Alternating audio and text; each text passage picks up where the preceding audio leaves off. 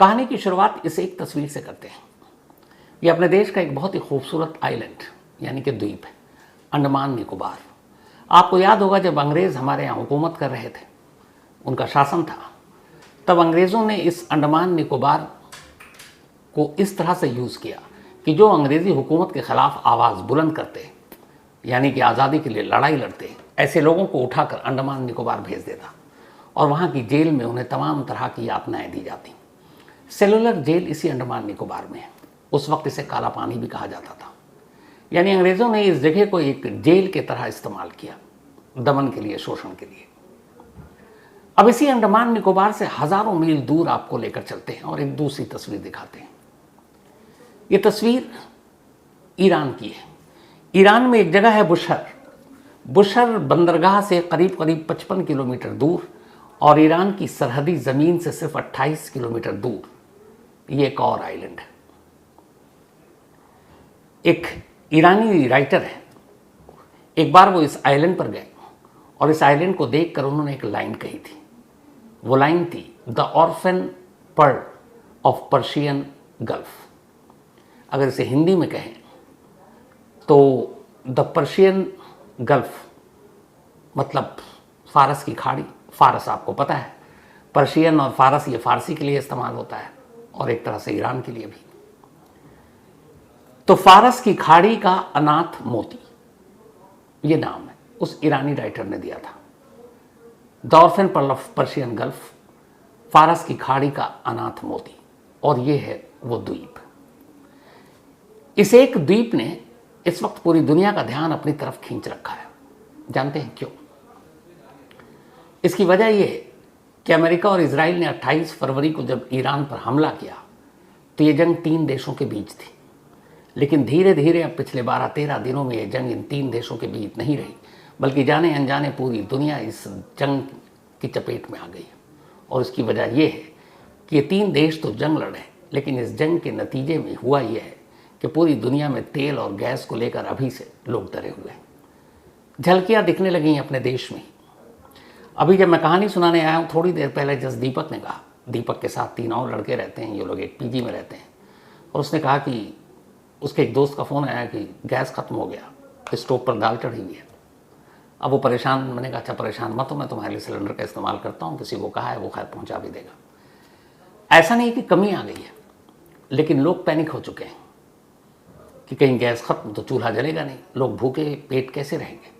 तो ये आपको एक वानगी दिखाई है दीपक की। पूरे देश में ये हो रहा है। बेंगलुरु से शुरू हुआ, मुंबई से, इसके बाद देश के अलग अलग शहरों में ये हो रहा है कि लोग सिलेंडर के लिए, गैस के लिए इधर उधर भटक रहे हैं। सरकार कह रही है कि सब कुछ कूल है, सब ठीक है, लेकिन सड़कों पर और दुकानों में हालात कुछ और हैं। हमारे फिल्म सिटी में ही बाहर जितने, चाहे वो जीतू हों, चाय वाले या बाकी, दाम बढ़ गए क्योंकि उन बेचारों को सिलेंडर नहीं मिल रहा। 4-4 हज़ार रुपये में ब्लैक हो रहा है। शायद पैनिक की वजह से हो सकता है, स्टॉक हो, कमी नहीं हो। लेकिन याद है जब कोरोना आया तो लोग ऑक्सीजन का सिलेंडर घरों में दबा कर बैठ गए थे और जिन्हें ज़रूरत थी उन्हें मिला नहीं और वो बेचारे मर गए। तो हमारी एक आम लोगों की भी परेशानी ये है कि हम लोग ये सोचकर कि हम भूखे ना रहे, हमारे गैस का चूल्हा जलता रहे, हम दबा कर बैठ जाते हैं सिलेंडर को, और जिनके घर में वाकई नहीं है वो बेचारे भूखे रहते हैं। तो खैर ये एक दूसरी तस्वीर थी। तो ये जो अनाथ मोती है एक तरह से ईरान का, इस बंदरगाह की कहानी है। कहते हैं इस एक द्वीप पर अगर इस जंग के दौरान हमला हो गया तो फिर मान लीजिए कि कई देश इस जंग में कूद पड़ेंगे और एक तरह से तीसरे विश्व युद्ध की शायद नौबत आ जाए। ऐसा क्यों है?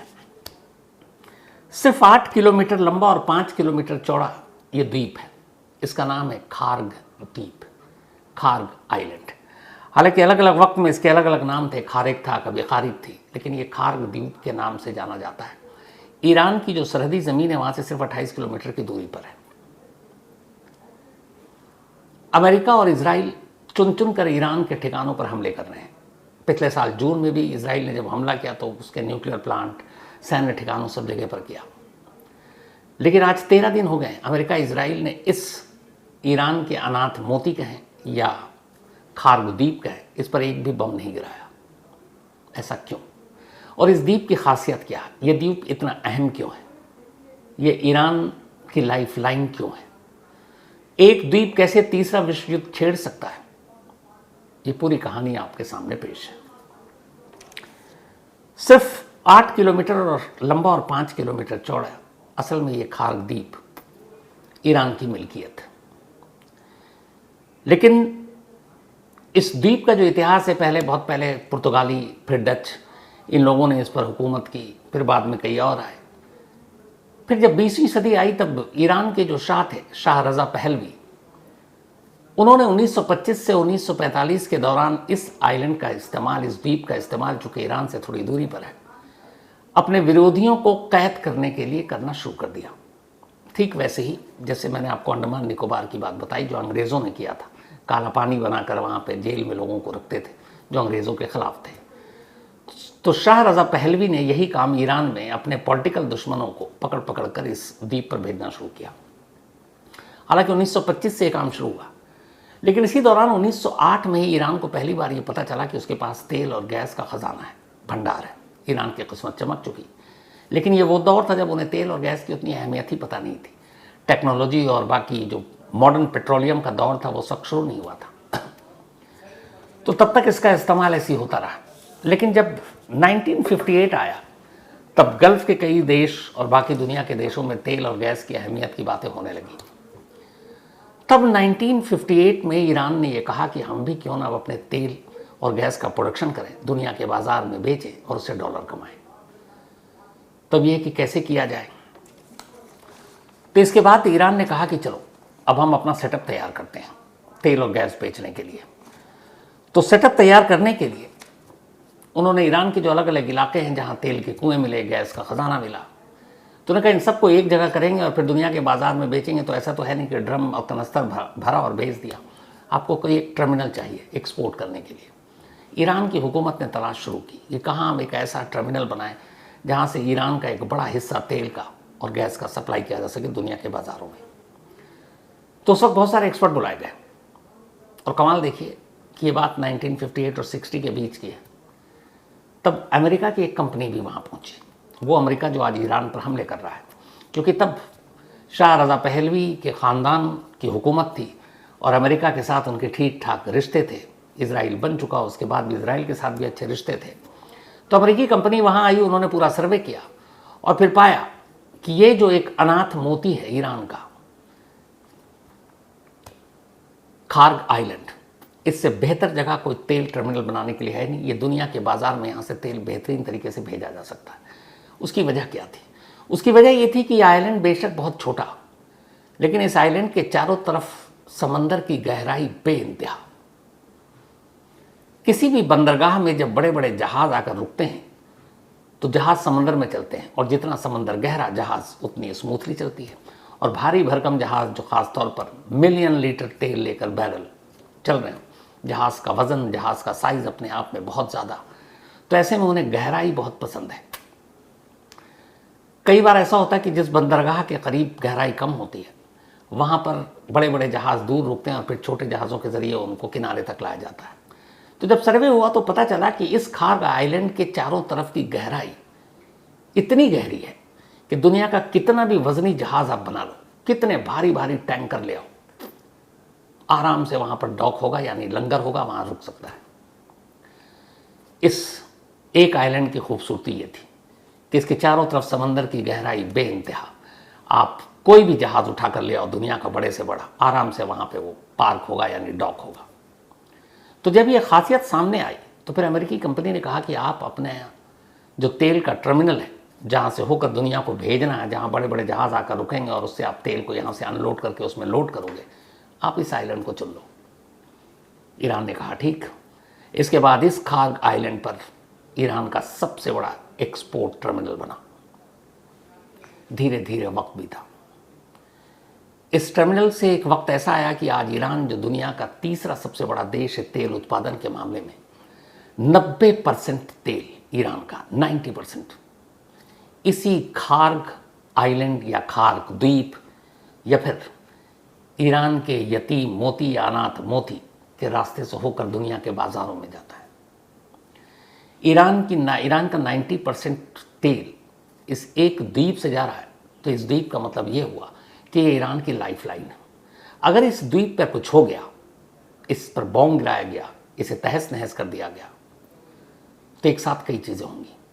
पहली, ईरान की पूरी इकोनॉमी डूब जाएगी, क्योंकि 90% रेवेन्यू, 90% ईरान के तेल जो बाज़ारों में बिकते हैं वो इसी एक छोटे से आइलैंड से, एक छोटे से द्वीप से होकर दुनिया के बाज़ारों तक पहुंचते हैं। इस आइलैंड का डूबना या तबाह होना यानी ईरान की इकोनॉमी का चरमरा जाना।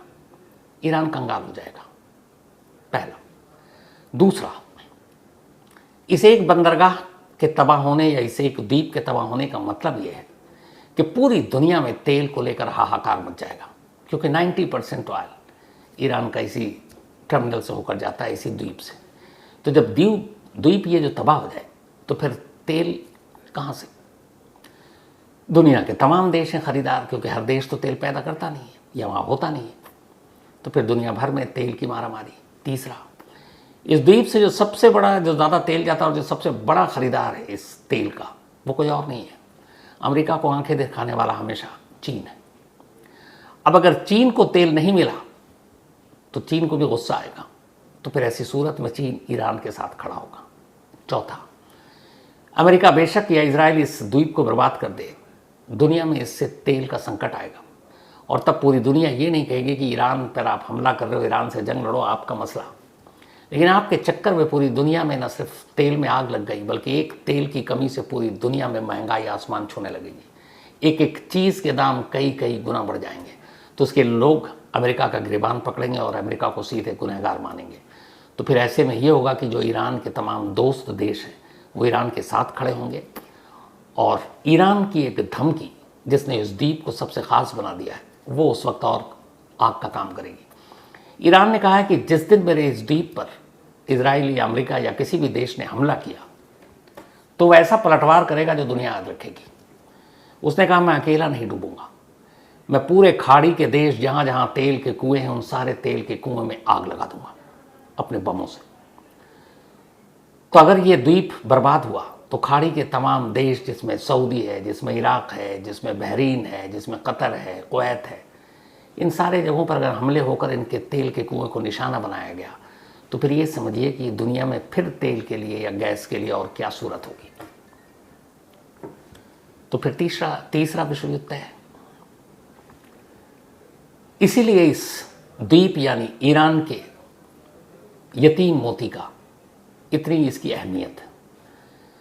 13 दिन हो गए हैं जंग को, इससे पहले भी जंग हुए, लेकिन आज तक ना इजराइल ने ना अमेरिका ने ईरान के चुन चुन कर अलग अलग ठिकानों, चाहे वो न्यूक्लियर प्लांट हो, चाहे वहाँ के आर्मी के बेस हों, नेवी हो, सब पर बम बरसा रही हो, लेकिन 13 दिन हो गए आज तक एक भी बम इस खार्ग द्वीप पर न इजराइल ने गिराया न अमेरिका ने। अब आप पूछेंगे ऐसा क्यों? तो असल में अमेरिका की भी एक रेड लाइन है। ट्रंप को पता है कि इस एक द्वीप पर बम गिराने का मतलब है सीधे सीधे तीसरे विश्व युद्ध को दावत देना। और सिर्फ ये ट्रंप नहीं, ट्रंप से पहले के भी जितने अमेरिका के राष्ट्रपति हुए उन सब ने कई बार ईरान से जो उनके रिश्ते बिगड़े, बहुत सारी प्लानिंग उनके सामने रखी गई, पर हर बार उनका एक रेड लाइन था कि हम ईरान की हुकूमत, उनकी न्यूक्लियर प्रोग्राम को तो बर्बाद करेंगे, लेकिन इस द्वीप पर हमला नहीं करेंगे, क्योंकि इससे पूरी ईरान की इकोनॉमी, वहाँ के करोड़ों लोग, उन पर असर पड़ेगा और पूरी दुनिया में तेल पर असर पड़ेगा और फिर महंगाई पर असर पड़ेगा। तो ईरान के किसी राष्ट्रपति में ये हिम्मत नहीं है कि वो इस द्वीप पर हमला करे। इसीलिए 13 दिन बाद भी अभी तक उस द्वीप पर एक भी बम नहीं गिराया गया। दूसरा खबर ये भी आ रही है कि ट्रंप असल में इस द्वीप को कोई नुकसान नहीं पहुंचाना चाहते, क्योंकि उनकी नज़र इस द्वीप पर भी है कि अगर इसको मैं हथिया लूँ, जैसे वेनेजुएला के साथ किया, तो फिर 90% जो सप्लाई चेन है तेल का वो उनके कब्जे में होगा, डॉलर का रुतबा और बढ़ेगा, तेल अपने हिसाब से मनमाने देशों को मनमानी कीमत पर बेचेंगे, तो इसलिए भी नुकसान नहीं कर रहे। लेकिन ऐसा नहीं है कि इस द्वीप पर कभी हमला नहीं हुआ। 8 साल तक जब ईरान और इराक के बीच 1980 से 1988 के दौरान जंग चली, तब इराक ने सैकड़ों बार इस द्वीप पर बम गिराए, लेकिन इस द्वीप के ऊपर ईरान की अलग अलग सरकारों ने जो काम किया है, उन्हें पता है कि यही द्वीप उनकी रोजी रोटी और पूरे ईरान की तरक्की के लिए सबसे इम्पॉर्टेंट चीज़ है। वहाँ ऐसे विदेशी जो एक्सपर्ट हैं उन्हीं की मदद से ऐसे इंजीनियरिंग वर्क तैयार किया, ऐसे इंजीनियर तैयार किए जिनका सिर्फ काम यह है कि कोई भी हमला हो तुम घंटों के अंदर उसको ठीक करो, ताकि तेल की सप्लाई न रुके। अब जब ये द्वीप इतना इंपॉर्टेंट है तो इसकी सुरक्षा भी ऐसी होगी। कहते हैं कि इसकी सुरक्षा जो है अभूतपूर्व है। ईरान का चाहे कोई कितना टॉप लीडर हो, कुछ गिने चुनों के छोड़कर, ईरानी रिवोल्यूशनरी गार्ड का ही या और दूसरे फोर्सेस का कोई कितना बड़ा अफसर हो, बिना पहले की इजाज़त लिए हुए, पूर्व इजाज़त के, इस द्वीप पर कदम भी नहीं रख सकता। ये पूरा द्वीप, ये खार्ग द्वीप प्रतिबंधित एरिया है, रिस्ट्रिक्टेड एरिया है, यहाँ कोई आम आदमी नहीं जा सकता। और ये पूरा द्वीप, इसकी सुरक्षा ईरान की सबसे ताकतवर फोर्स यानी ईरानी रिवोल्यूशनरी गार्ड कॉर्प्स IRGC के हाथ में। कहते हैं कि उसके ऊपर इतना खर्च किया है ईरान ने कि इस द्वीप पर कभी कोई नुकसान ना हो, उसके लिए इसके इर्द गिर्द हमेशा पनडुब्बियाँ और ऐसे ऐसे क्राफ्ट्स निगरानी करते रहते हैं कि अगर कोई हमला करे तो वो फ़ौरन पलटवार करें। एरियल सिक्योरिटी के लिए भी ऐसे इंतज़ाम है कि अगर कोई रॉकेट या लॉन्चर इस तरह से गिराए तो उसका पलटवार कर सकें, क्योंकि ये ईरान की ज़िंदगी है। ये एक द्वीप छोटा सा उनकी लाइफ लाइन है, तो वहाँ पर उन्होंने पूरे सुरक्षा के एकदम ज़बरदस्त इंतज़ाम कर रखे हैं। और तीसरा, इस द्वीप पर हमला करने की वजह से मालूम है कि इसका असर क्या होगा, तो बाकी दुनिया हमला कर नहीं सकती। अब इस द्वीप पे हमेशा इतना बड़ा है कि 50 billion barrel oil per day यहाँ से बड़े बड़े जहाज़ों पर लोड किया जाता है per day. 2 crore billion dollar से ज़्यादा इसकी क्षमता है कि यहाँ पे तेल को स्टॉक करके रख सकते हैं। और अभी भी कहते हैं कि इसमें करीब 1.8 बिलियन का रिजर्व रखा हुआ इन्होंने। जितने भी ईरान के बड़े बड़े शहर हैं जहाँ पर तेल के कुएं बाकी चीज़ें हैं, वहाँ से इन्होंने पाइपलाइन इस आइलैंड यानी इस खार्ग द्वीप तक बिछा कर रखी है। समंदर के नीचे भी पाइपलाइन, और वहाँ से तेल इस आइलैंड तक पहुँचता है और फिर इस आइलैंड पर बड़े बड़े जहाज़, बड़े बड़े टैंकर आकर डॉक करते हैं और उनसे यह दुनिया के बाज़ारों में पहुँचता है।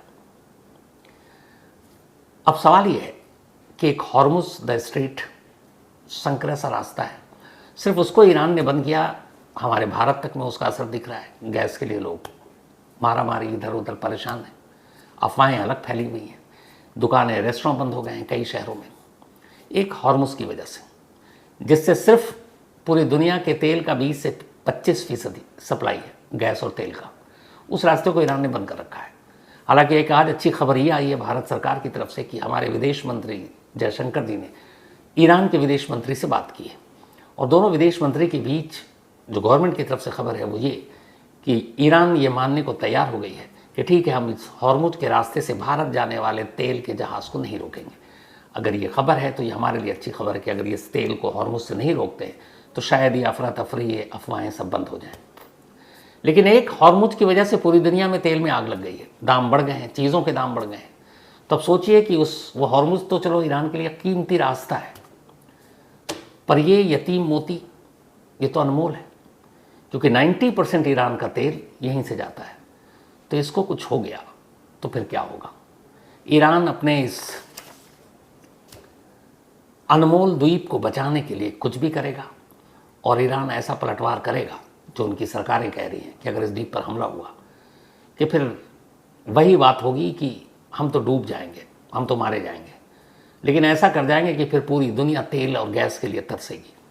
तो ऊपर वाला ना करे कि ऐसी कोई नौबत आए, जंग ख़त्म हो। और अभी तक, और या इससे पहले कभी अमेरिका ने ऐसी कोशिश तो की नहीं है, तो ये एक छोटा सा द्वीप कहीं तीसरे विश्व युद्ध की वजह न बन जाए, यही दुआ है। और बस किसी तरह से ये जो दौर है भी, जो परेशानी लोगों को हो रही है, बिना जंग लड़े हुए इन 3 देशों के, दुनिया के तमाम देश इससे एक तरह से अछूते तो रहे नहीं हम सब, तो ये ख़त्म हो, शांति हो, यही दुआ है।